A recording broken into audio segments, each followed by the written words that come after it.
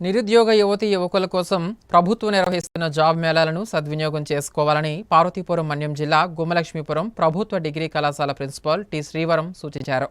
బుధవారం కళాశాల ఆవరణలో సుమారు 20 కంపెనీలు పాల్గొని నిరుద్యోగులకు ఇంటర్వ్యూలు నిర్వహించారు.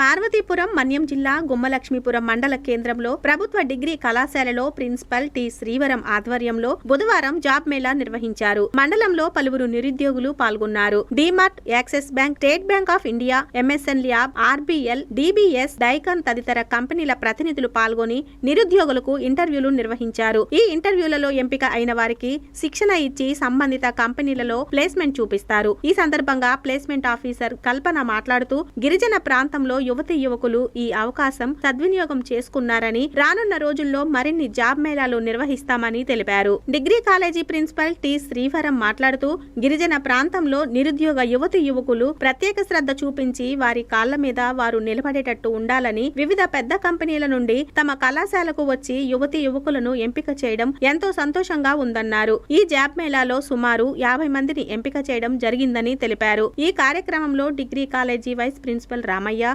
ఉపాధ్యాయులు, వివిధ కంపెనీల ప్రతినిధులు సునీల్, పరశురాం, జయలక్ష్మి పాల్గొన్నారు.